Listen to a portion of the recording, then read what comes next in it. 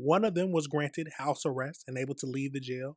The other one, who was slightly older, maybe by a year, was remanded in jail.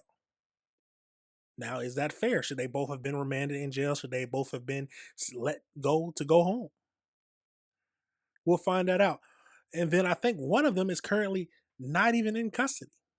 An update tonight on the shocking rape of a 12-year-old girl. Two of the three young boys being charged as adults in the case were back in court as a judge weighs if they should stay locked up.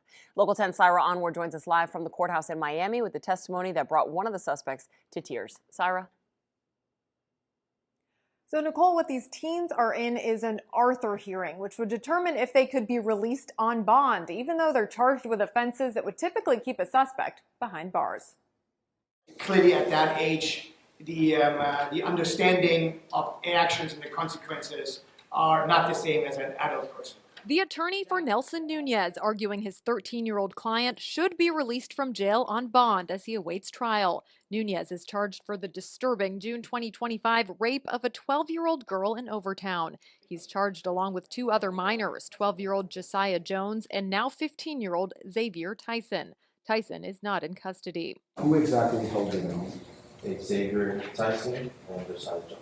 Lead Detective Louis Joseph facing questions in the Arthur hearing related to the young victim's statement. Both boys are being tried as adults. According to police, 12-year-old Jones is accused of putting rocks in the young girl's mouth to silence her, while 13-year-old Nunez raped her in an Overtown community garden.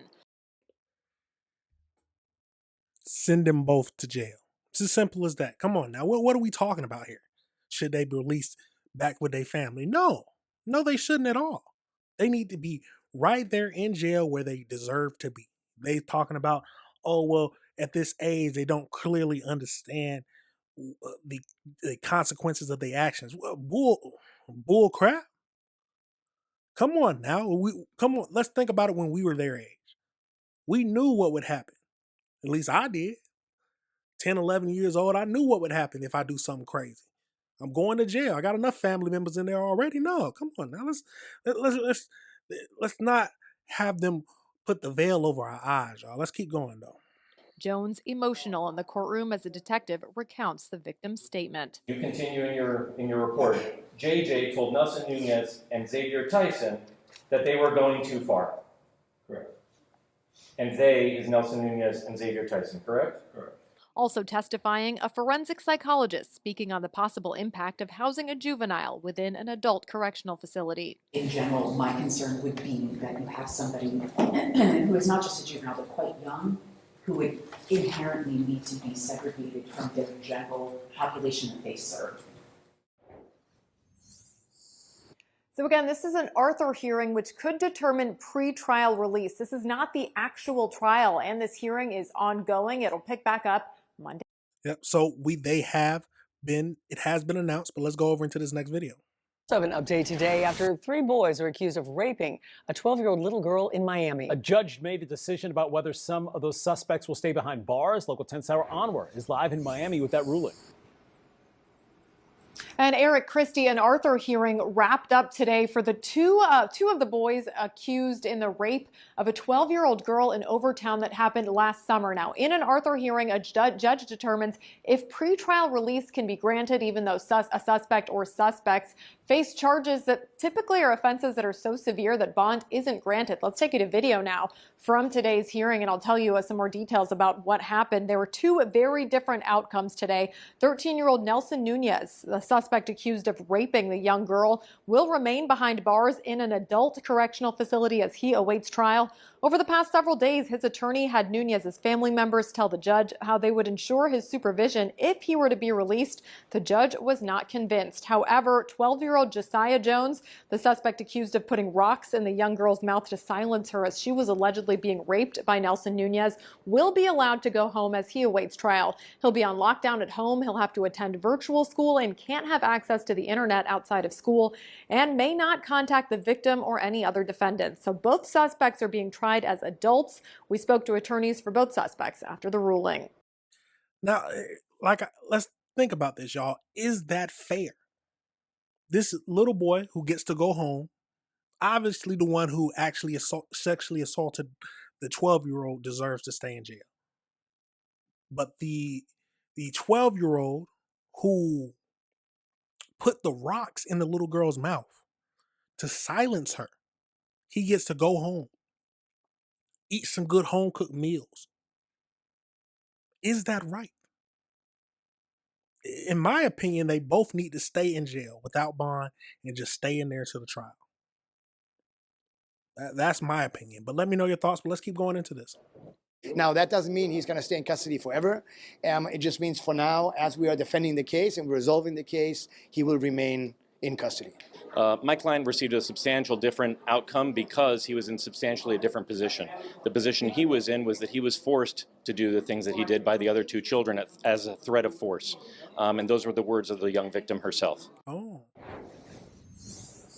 Now, a third suspect, Xavier Tyson, is accused of holding down that victim as this horrible crime occurred. We're told that he is expected to be taken into custody in the coming days and also tried as an adult. Reporting live in Miami. Now that brings up a good point. Now, the little girl said that he was the one who was able to go home. He was actually saying, "Oh, we're going too far. This is too much." But at the end of the day, he still did it. He still forced rocks in her mouth so she would be quiet. Does him bringing up the point that we're going too far, does that negate what he actually did and let happen? Or what he was a part of? But let's go over into the AI breakdown, y'all, just to get a little bit more information about this whole tragic situation.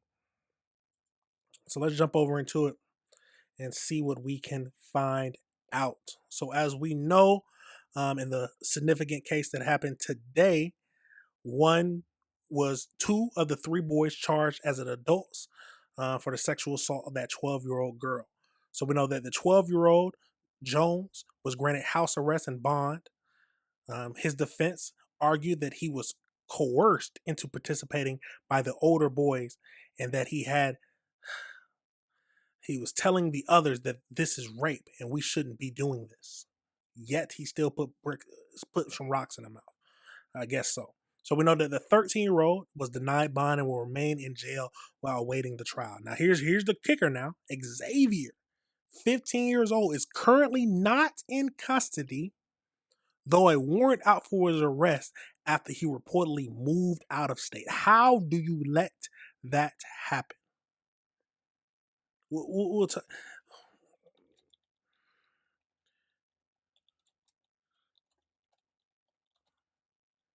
Was he ever in custody? That's the main question.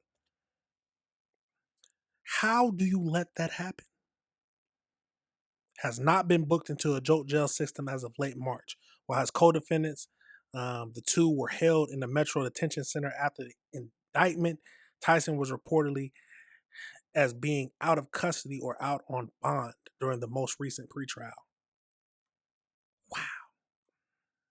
But let's keep going into this. So just more case details. So remember, the victim allegedly was grabbed while walking home and taking to the Green Havens Project Community Garden. The girl was pinned down for roughly about 30 minutes to prevent her from screaming. Rocks were forced in her mouth.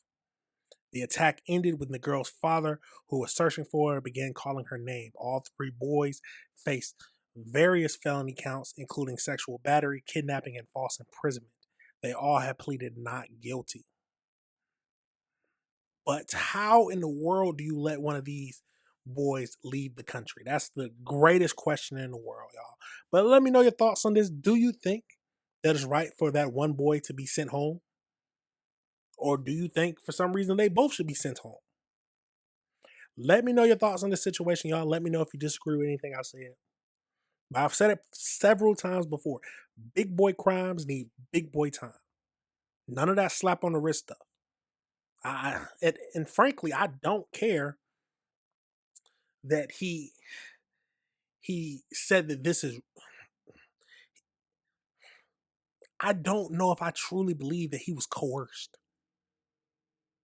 Maybe he is possible. Yes, it's possible, but you just sat there and watched this happen. Can that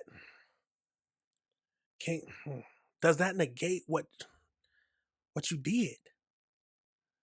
Let me know your thoughts on that situation, y'all. Let me know if you disagree with anything I said.